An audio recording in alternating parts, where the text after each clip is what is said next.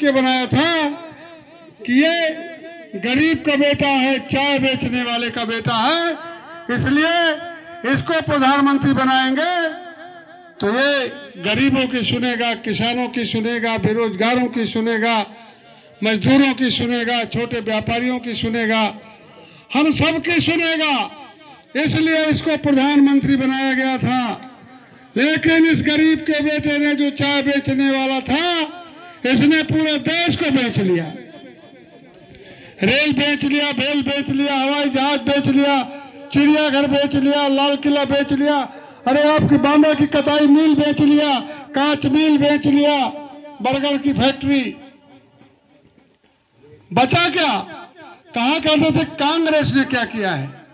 कांग्रेस बहुत भ्रष्ट है, कांग्रेस मुक्त भारत लाओ। और जब से ये लोग आए, झूठ बोलने वाले लोग, तो जो कुछ आजादी से आज तक कांग्रेस ने बनाया था, इन्होंने कुछ बनाया नहीं, उसको बेचने का काम किया है। और बेचा भी किसको? अडानी अंबानी जैसे लोगों को बेच दिया और करोड़ों करोड़ रुपया उनका माफ भी कर दिया। किसान का 5 रुपया तक नहीं माफ करने की कोशिश की इन्होंने। कहना चाहता हूं कि जब प्रधानमंत्री बने तो इन्होंने कहा मैं किसान की आमदनी दोगुना कर दूंगा।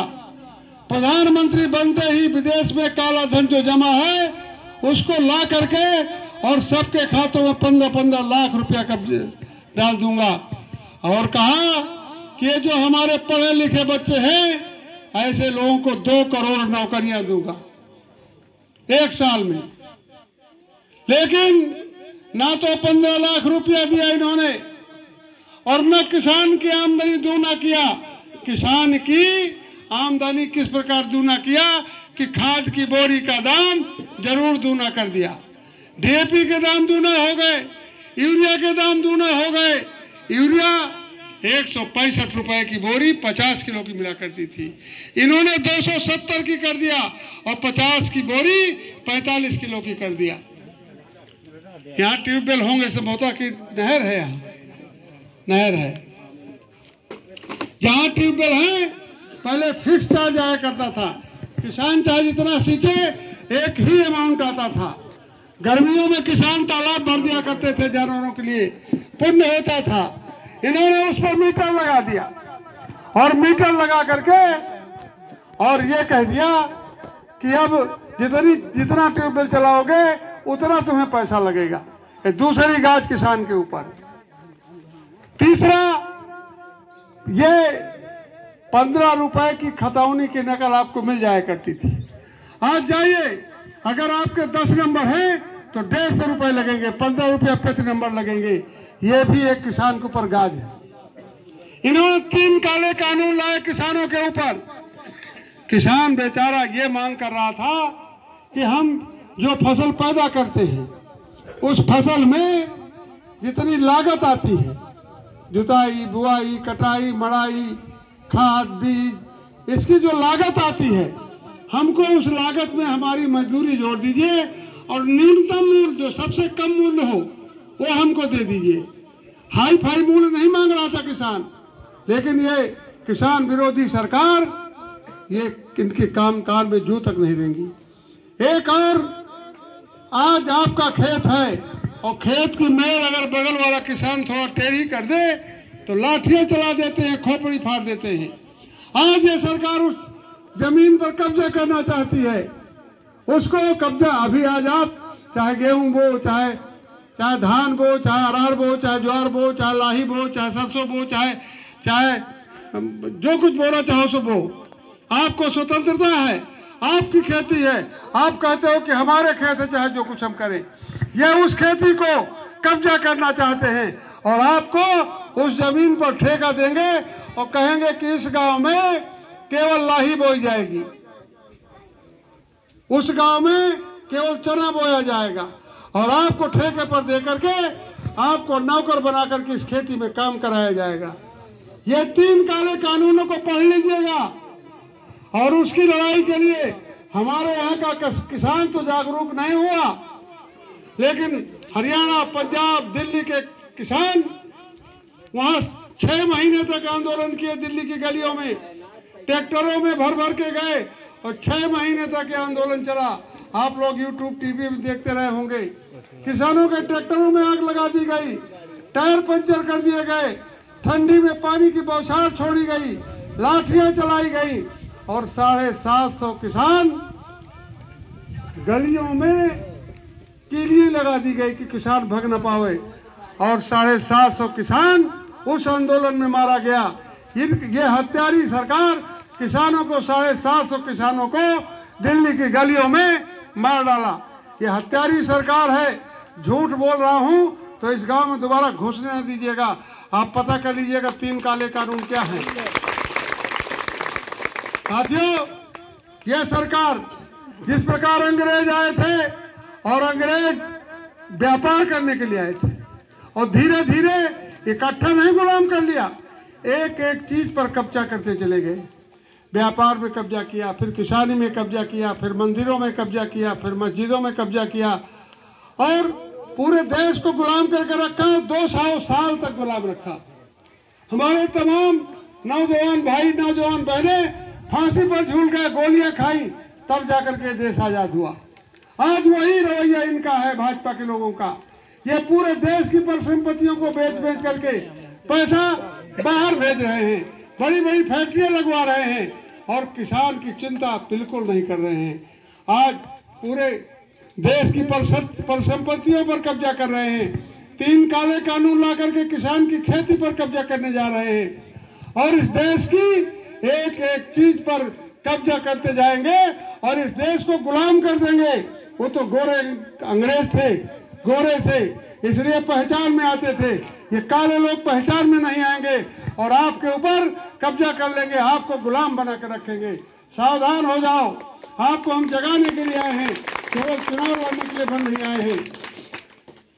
साथियों, संविधान कोई भी चीज हो, प्रदेश हो चाहे देश हो चाहे आपका घर हो, किसी नियम कानून से चलता है। सयाने को सयाना मानना पड़ता है। सयानी महिलाओं को नई महिलाएं सयानी मार करके उनका आदेश का पालन करती हैं और जिस घर में ये नहीं होता है वो घर बर्बाद हो जाता है।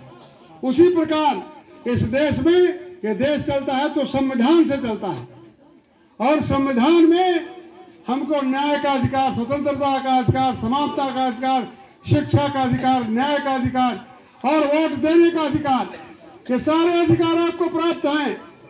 लेकिन उन अधिकारों को जो प्राप्त है इनको ये रास नहीं आ रहा। ये नहीं चाहते कि वोट ये दोबारा चुनाव हो। ब्लॉक प्रमुखों के चुनाव हुए, जिला पंचायतों के चुनाव हुए, कोऑपरेटिव के चुनाव हुए, किसी को पता चला जिसको इन्होंने चाहा उसको बैठा दिया। ये रावण की सरकार है। 2 चुने हुए मुख्यमंत्री केजरीवाल जी और हेमंत सोरेन झारखंड के मुख्यमंत्रियों को जेल में डाल रखा है। अभी कल परसों केजरीवाल की जमानत हुई। 6 महीने से जेल में डाल रखा है, कोई सबूत नहीं इनके। आपका ट्रांसफार्मर फूक जाए और मैं आऊँ, आप कह दूं मंत्री जी ट्रांसफार्मर जल गया है, बन नहीं रहा है, और मैं कह दूं कि चलो 2 ट्रैक्टर भर के आंदोलन करते हैं, तो मुझे ही बंद कर देंगे और आपको ही बंद कर देंगे। हमको अपनी बात कहने का अधिकार नहीं रहेगा इस सरकार में। हमको कानून भर से नहीं, हर तरह से पंग करना चाहते हैं। मैं कहना चाहता हूं कि संविधान में सब प्रकार का अधिकार है, वोट का अधिकार है और वोट सबसे बड़ा अधिकार आपके पास है, सबसे बड़ी ताकत आपके पास है। वोट से जिसको चाहो उसको सिंहासन पर बैठा दो, जिसको चाहो जमीन पर लाके खड़ा कर दो, यह अधिकार केवल आपके पास है। अगर संविधान समाप्त हो गया तो इन बच्चों का भविष्य चौपट हो जाएगा। इतने पर कभी नहीं लीक हुए क्योंकि इनकी योजना थी कि किसी भी बच्चे को नौकरी न दी जाए। जो लड़के 20 साल के थे, 10 साल से सरकार इनकी है, वो आज 30 साल के हो गए। जो 30 साल के लड़के थे वो 40 साल के हो गए, ओवर एज हो गए, नौकरी करने के काबिल नहीं रह गए। अब इन्होंने बाध्य कर दिया कि जाओ सूरत, गुजरात, पंजाब कमाओ जा करके। और जो बचे खुचे लड़के हैं तो उनको आउटसोर्सिंग पर सर्विस दे रहे हैं, ठेके पर सर्विस कहिए आप, आउटसोर्सिंग ठेके पर सर्विस, और 6,000, 8,000, 10,000 का वेतन देते हैं और 12 घंटे ड्यूटी लेते हैं। आज हमारे बच्चे जो पढ़े लिखे बेकार पड़े हैं 8,000, 10,000 नौकरी करने के लिए बाध्य हो गए हैं। इनकी योजना है इन बच्चों के भविष्य को चौपट करने के लिए आप जग जाओ और अपने संविधान की रक्षा करने के लिए, क्योंकि आप पास जो वोट है ये दो धार वाली तलवार है। अगर संभाल के नहीं चलाया, इधर भी धार है और इधर भी धार है, अगर संभाल के नहीं चलाया, कहीं उल्टा चल गई तो आपकी गर्दन कट जाएगी, सीधी चली तो दुश्मन की गर्दन कट जाएगी। इसलिए इसको, इनका जो प्रत्याशी है आर के पटेल, उसको 2 बार सांसद बनाया आपने और दोनों बार आपकी चिंता नहीं किया, आपके बीच में आपका सुख दुख जानने नहीं आया। वो पहाड़ों में, नदियों में, खदानों में वहां चिंता करके अपने घर को बढ़ाया है। 5 राष्ट्र खो गए हैं, 2 विद्यालय से 10 विद्यालय हो गए हैं। ये रोज की आमदनी 8 लाख 10 लाख की है और कहता है कि मैं ये वोट खरीद लूंगा। तुम क्या करोगे? अरे खरीद कैसे लोगे? इस किसान को तुम साधारण समझे हो? ये किसान जो पूरे विश्व को खिलाता है, ये इस धरती का भगवान है, उसको तुम खरीद लोगे? अहंकारी कहीं के। तुम किसान को, मजदूर को खरीद नहीं सकते हो, तुम्हारा भ्रम है। इस बार किसान, मजदूर और गांव के निवासी आपको ये भ्रम को मिटा देंगे और तुमको जहां के तहां लाके खड़ा कर देंगे। समय आ गया है साथियों। मैं कहना चाहता हूं कि 2 तारीख को चुनाव होने जा रहा है, 20 तारीख होने जा रहा है और आपको ध्यान में होगा कि आधी आबादी, आधे पुरुष आधी महिलाएं हैं और माननीय अखिलेश जी ने कृष्णा पटेल महिला को अपना प्रत्याशी बनाया है, जिनका चुनाव चिन्ह साइकिल है। साइकिल के चुनाव चिन्ह पर अपना वोट दे करके और समाजवादी पार्टी इंडिया गठबंधन को भारी मतों से जिता दीजिएगा, क्योंकि हमारी सोच आज भी गांव की ओर है। हमारे घोषणा पत्र में है कि जो हमारी असहाय महिलाएं हैं उनको 300 की पेंशन नहीं, 3000 की पेंशन प्रति महीने देने जा रहे हैं। जो हमारे किसान का क्रेडिट कार्ड है, चाहे जितना भी हो, 1 लाख हो, 50,000 हो, चाहे 10 लाख हो, सारे किसानों का, चूंकि कह रहे हैं कि ये जो भाजपा की सरकार है, ये अडानी अंबानी का करोड़ों करोड़ रुपया माफ किया है, किसानों को नहीं माफ किया है, तो हम किसानों का माफ करेंगे और जितना जिसका क्रेडिट कार्ड होगा इंडिया गठबंधन की सरकार बनने के बाद पूरा का पूरा माफ कर दिया जाएगा। इसी प्रकार एक घोषणा पत्र अब में और है, 300 यूनिट बिजली फ्री में देंगे और मुझे लगता है कि बहुत सारी चीजें, ये जो सम्मान निधि दे रहे हैं, सम्मान निधि देते हैं 2-2 हजार के 3 बार 6,000 रुपया और कहते हैं किसान सम्मान निधि दे रहे हैं। अखिलेश जी ने 1 बीघा खेत हो, चाहे 50 बीघा खेत हो, चाहे 100 बीघा खेत हो, 1 लाख रुपया प्रति साल का किसान को देने जा रहे हैं। 6,000 में संतोष नहीं रह रहा। मोदी कहते हैं 5 साल की गारंटी। क्या गारंटी दे रहे हो कि इन बच्चों का भविष्य चौपट कर दोगे, इन किसानों की जमीन खींच लोगे, संविधान समाप्त कर दोगे, आगे चुनाव नहीं होने दोगे? ये तुम्हारी गारंटी है? अब गांव का आदमी जग गया है। तुमने बहुत बार किसान को बेवकूफ बना करके 10 साल तक इस देश पर शासन किए हो, आगे अब शासन का समय तुम्हारा समाप्त हो गया है। इसलिए आप सबसे, लड़ाई मेरी लड़ाई नहीं है, ये आप सब लोगों की लड़ाई है।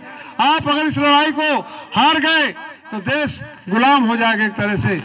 आप कोई विदेशी नहीं कर लेंगे, यही लोग कब्जा करके आज जिस प्रकार गुंडाई दिखा रहे हैं, जिसको चाहे उसको जेल भेज दे रहे हैं, ईडी का प्रयोग कर रहे हैं, तमाम चीजें हैं इस प्रकार की। इसलिए साथियों, समय आ रहा है, 20 मई का 8 दिन का चुनाव बचा है।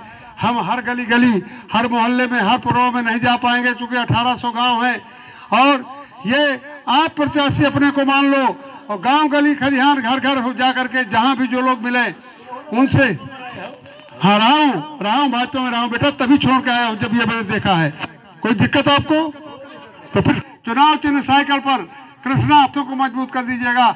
हमारा घोषणा पत्र है, हम पहले घोषणा पत्र पूरा करेंगे। अखिलेश जी ने पहले, उन्होंने, हमारे माननीय मुलायम सिंह जी ने नहरों की सींच माफ किया था, आज भी नहरों की सींच न लगती होगी किसी को। हमने उस समय चुंगी माफ किया था, किसी किसान को चुंगी नहीं लगती होगी। 100 नंबर चलाया था, कन्या विद्या धन दिया था, बेरोजगारी भत्ता दिया था, समाजवादी पेंशन दिया था, लैपटॉप दिया था बच्चों को। हमने तो जो किया था वो आपके सामने है और आज भी है कि जो बच्चियां बैठी हैं इनको हमारे घोषणा पत्र में है कि जितनी और जिस प्रकार की पढ़ाई पढ़ना चाहेंगी सरकार के खाते से वो पैसा दिया जाएगा, इनको फ्री में पढ़ाया जाएगा। ये हमारे घोषणा पत्र में है। किसान का सारा घोषणा पत्र में है। और जो हमारे बेरोजगार लोग बैठे हैं इनको रोजगार देने की भी बात कहा गया है। दूसरी चीज, इन्होंने नौकरी तो नहीं दी, लेकिन शिक्षा मित्रों को, जो इनको अखिलेश जी ने अध्यापक बना दिया था, उनको अध्यापक से हटा करके फिर शिक्षा मित्र में खड़ा कर दिया है। नौकरी दिया नहीं, लेकिन ले लिया है इन्होंने। और इतना सब समझने के बाद भी अगर मुझे लगता है कोई अंधभक्त बना होगा तो ये सरकार आने के बाद चुनाव नहीं होंगे, संविधान समाप्त होने के बाद सारे अधिकार मिट जाएंगे। इसलिए आपसे मेरा निवेदन है हाथ जोड़ करके कि चुनाव चिन्ह साइकिल का मेरी ओर से हाथ जोड़कर प्रार्थना है कि घर घर जाकर के समझाइएगा, अपने अधिकारों के लिए, अपने बच्चों के भविष्य के लिए, संविधान की रक्षा के लिए, देश की रक्षा के लिए चुनाव चिन्ह साइकिल में वोट दे करके कृष्णा पटेल को भारी मतों से जिता दीजिएगा और अखिलेश जी के हाथों को मजबूत कर दीजिएगा। जो आपके बस इतनी बात कहते हुए मैं अब और एक सूचना है